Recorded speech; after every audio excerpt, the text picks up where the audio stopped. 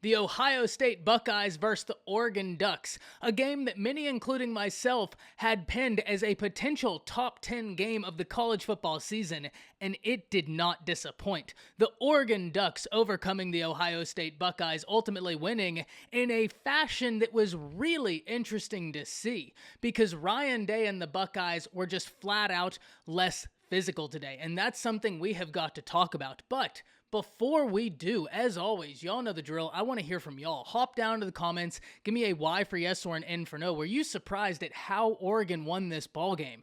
And if you were, just let me know what really stood out to you. If you are new to the channel, be sure to subscribe. Hit that bell notification. I do constant college football content, and you don't want to miss any of it. And if you did enjoy this content, be sure to like and comment down below.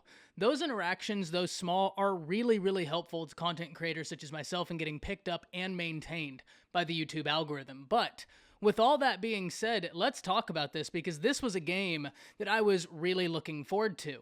And you know, it's so interesting that we're now sitting here talking about Oregon overcoming Ohio State in a day where two of the Oregon Ducks' premier defensive players didn't even suit up.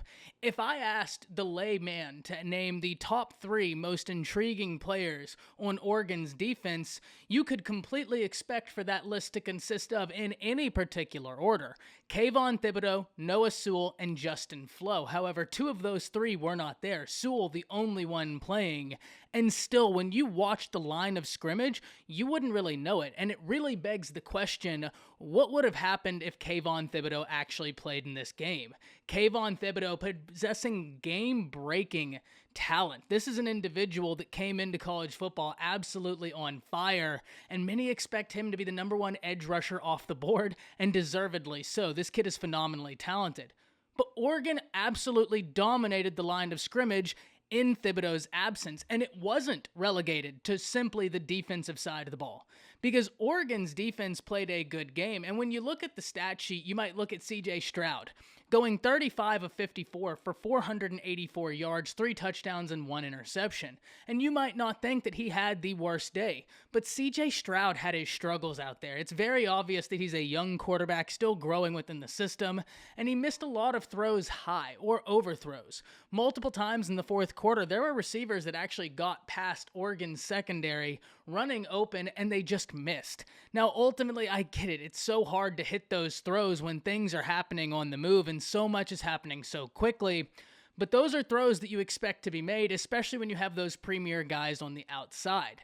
I think the story of it all to me is how little pressure Ohio State was able to generate on the quarterback, and then mainly how easy of a time Oregon had running the football. If I sat here and told you that the 3 ball carriers for Oregon all averaged over 5 yards a carry, that would be astounding. But the lead guy, CJ Verdell, actually averaged 8.1 yards a carry. That's almost a first down every time he touches the ball. You have next to no hope at all if you cannot slow down the opponent's run game. Having an opponent average 5 yards a rush is already incredible. If you watched the live stream last Sunday, we talked about that when we were talking about UCLA LSU.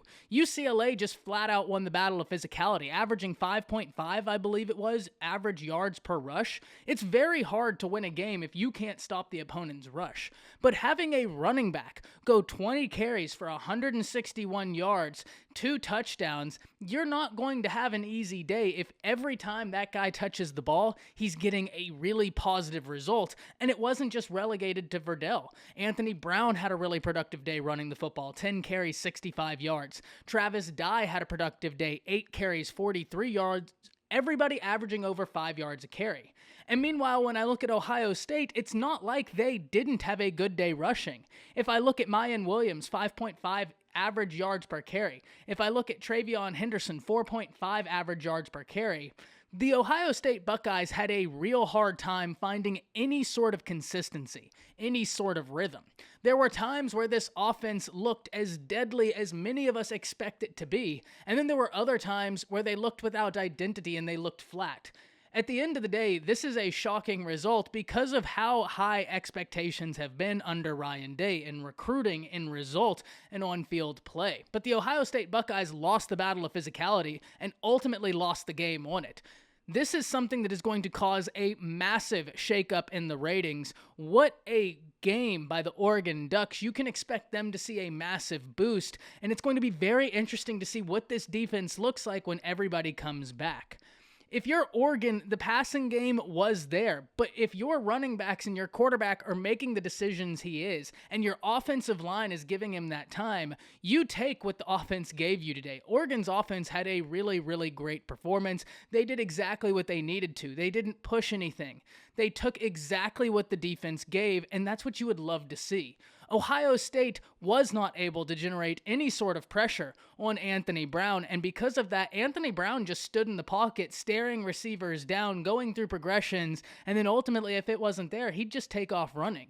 Ohio State didn't have an answer for anything Oregon was trying to do offensively, and that's really, really intriguing when you look at who their defensive coordinator is and his lineage. Kerry Combs is a really, really good defensive coordinator, but his defense flat out got whooped today. Oregon finishes the day with 269 yards on the ground, 236 yards in the air, as opposed to Ohio State's 484 yards through the air and 140 yards on the ground. Ohio State still has a long season ahead of them. They have to hope that they get some help around the country if they hope to make the playoffs again, and they better ultimately hope that the Big Ten is really solid this year. I'm really interested in hearing from y'all because this is why we love college football, because games like this, a game that we were all very excited for, and even though Oregon had guys that weren't playing in Kayvon Thibodeau and Justin Flo, two star defensive players for college football as a whole, not just the Oregon Ducks. When we look at Justin Flo last weekend, 14 tackles. There are dudes that are finishing week 2 that don't have 14 tackles yet, and this kid gets it in his first game. You don't have those two guys and we still get this kind of game right here. It just explains exactly why we love college football the way we do, and I cannot wait to hear from y'all. Hop down to the comments, let me know what you thought about this. That's it. See ya.